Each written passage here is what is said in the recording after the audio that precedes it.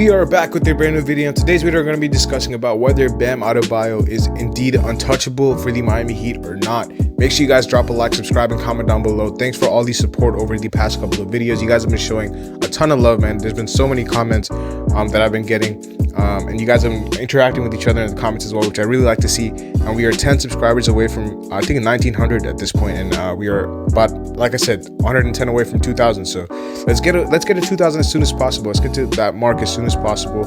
And yeah, thanks for all your support. Hit the link in the description for my Twitter and the pinned comment for my second channel, which I will be doing more draft content as the draft comes sooner and sooner. But let's get right into it, man.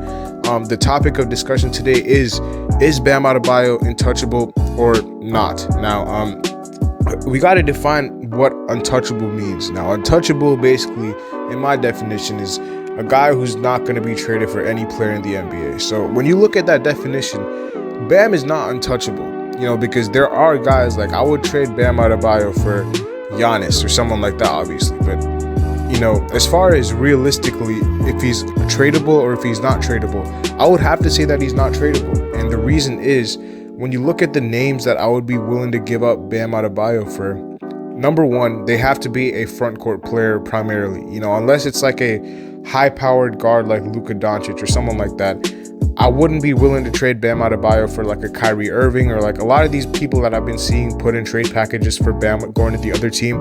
I wouldn't be willing to do that, because if you trade Bam for a guard, like automatically the front court is weak. It's so weak, bro. Like, who is starting? Yurtseven, Dedmon? Like, the defense falls off a cliff, which is why if you were to trade Bam, it would have to be for like an Embiid, for like a Jokic, for a Giannis, someone like that. And that basically makes him untradeable, because there's no way, in my opinion, that those players are leaving their respective teams. And I think that has to be, the consensus is that he's not going anywhere. There's no way Pat's going to trade him if it's not for one of those guys, especially if it's for like a guard, because there's no way Pat Riley's going to trade him for like a Irving or someone like that. There's no way. So Bam is not tradable, in my opinion, this season, because I don't think there's anyone on the market that you would be willing to give up Bam for. So I think you got to expect him and Jimmy to be here next season, and those to be the only two sort of guarantees for next season in a Heat uniform. And maybe Haslam if he doesn't retire. But those two for sure, I think, will stay on the team next or in the offseason. Now, obviously, the Heat have some cap space, not cap space, they have some draft capital to play around with, and like this 27th overall pick, they can do something with it if they want to make a trade. Now, obviously, it's not going to involve Bam, in my opinion, because like I just said, like, I don't think there's anyone on the market that the Heat would be willing to trade Bam for, especially in this offseason. All those guys I just named are pretty much, I know there's been some like, I don't know, Embiid has been tweeting.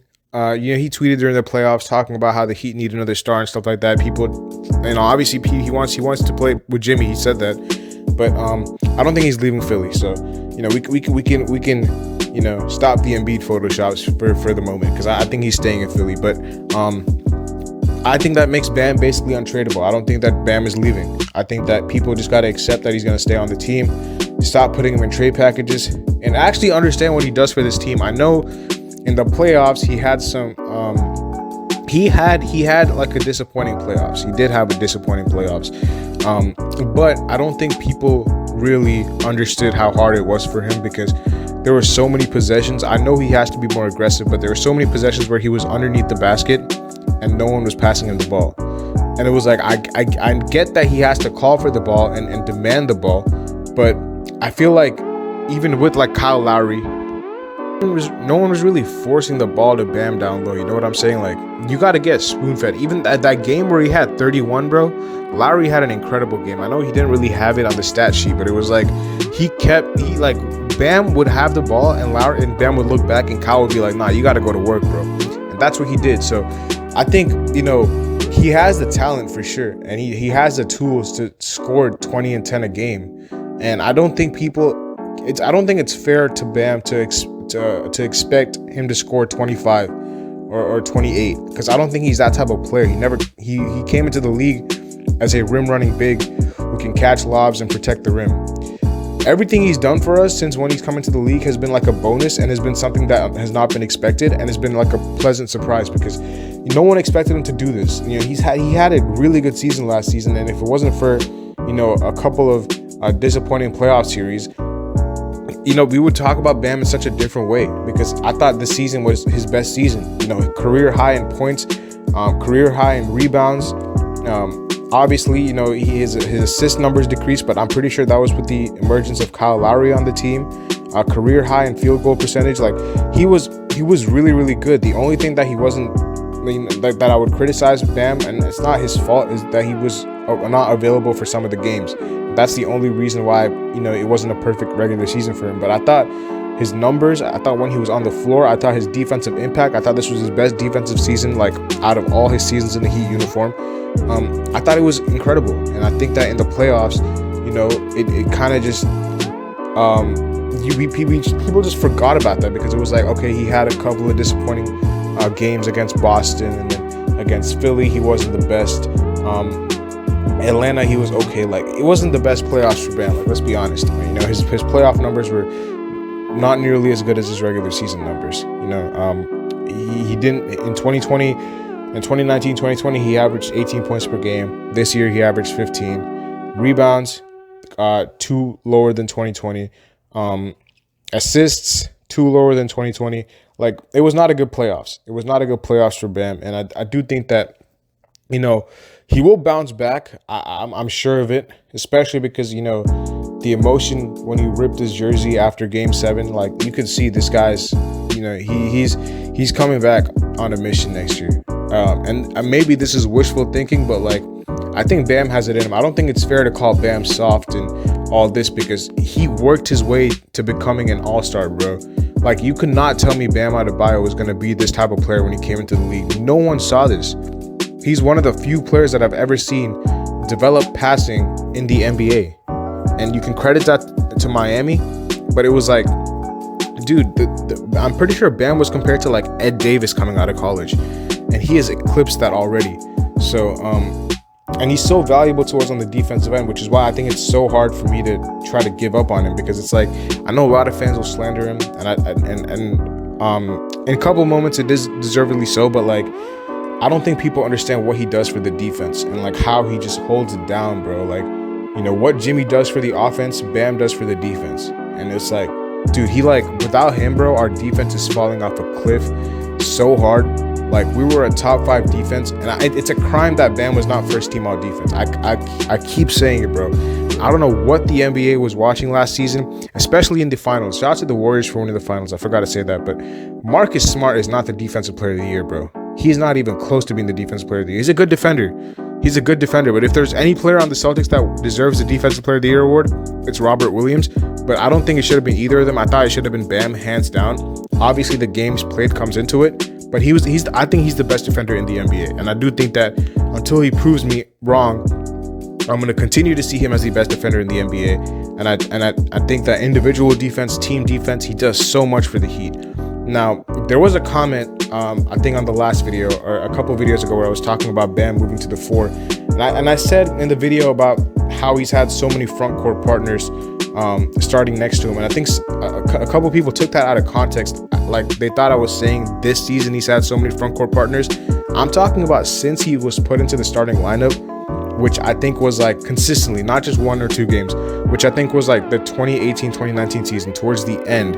Spo benched Hassan and then played Bam.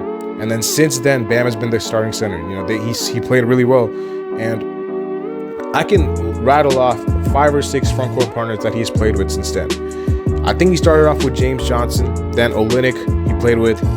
Then starting off in 2019-2020, Myers Leonard, then Jay Crowder after the trade.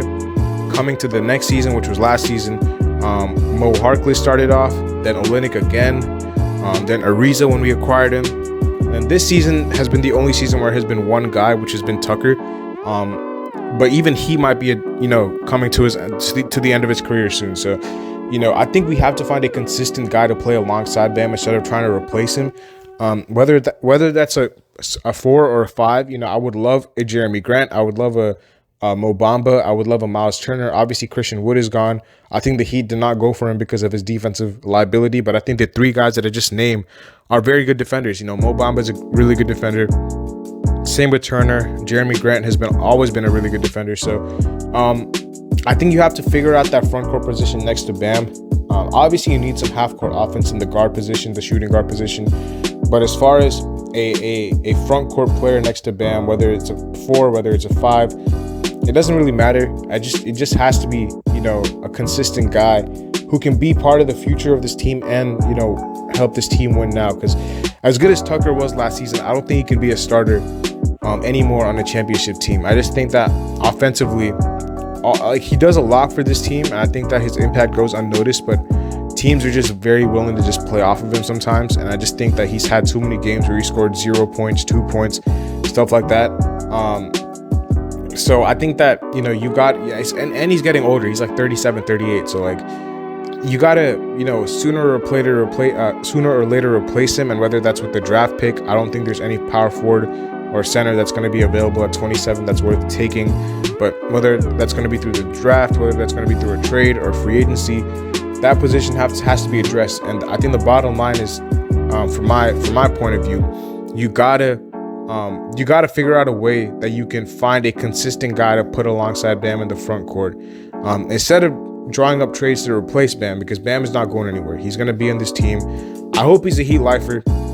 He wants to be here, and I think that's rare for a star to want to be with the team so badly as Bam wants to be with Miami. Like, I think we take for granted how Bam and Jimmy just want to be Heat lifers, and they just want to retire with the Heat, because there's so many other stars that have been disgruntled from their organization. So we gotta be, you know, count our blessings for that. And yeah, bottom line is, I think Bam is going nowhere. Let me know what you guys are thoughts about you know, if Bam is untouchable or not. But yeah, I'll see y'all later as always, man. Peace.